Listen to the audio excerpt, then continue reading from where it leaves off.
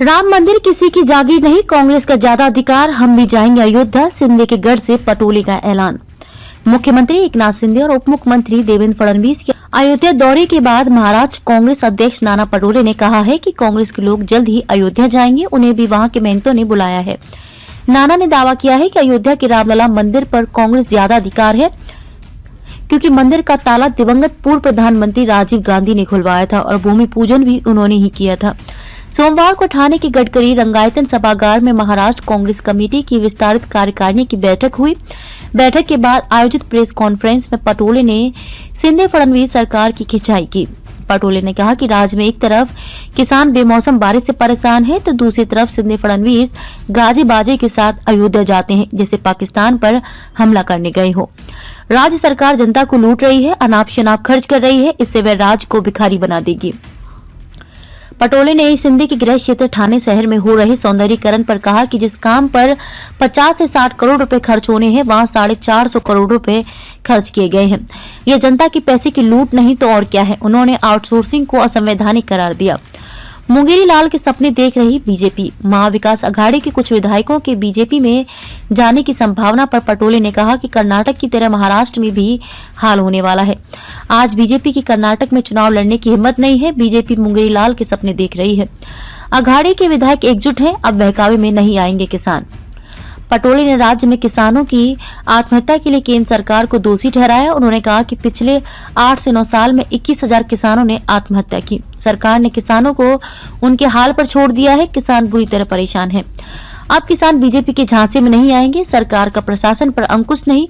पटोले ने कहा कि राज्य में कानून व्यवस्था चरमरा गई है।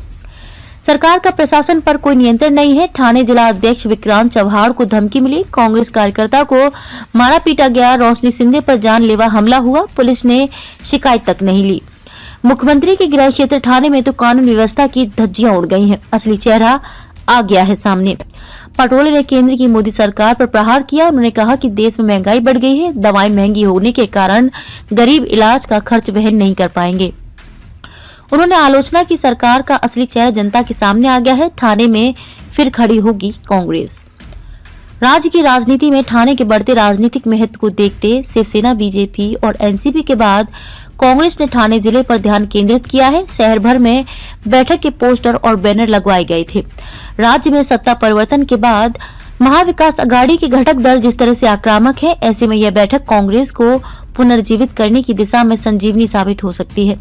पटोले ने कहा कि ठाणे जिला कांग्रेस का गढ़ था। कांग्रेस यहां फिर से मजबूती से खड़ी होगी। कांग्रेस की बैठक में पारित किए गए प्रस्ताव, राहुल गांधी के खिलाफ हुई कार्रवाई तथा मोदी अडानी की दोस्ती को जनता के सामने लाने के लिए जय भारत सत्याग्रह, केंद्र में पुनः कांग्रेस सरकार आने पर ओबीसी के लिए एक अलग मंत्रालय शुरू करने का निर्णय, राज्य में चुनाव के समय धार्मिक उन्माद फैलाकर माहौल बिगाड़ने की कोशिश को नाकाम करने पर जोर, कृषि उपज का उचित मूल्य और पीड़ित किसानों को पर्याप्त आर्थिक सहायता दिलाने का संकल्प।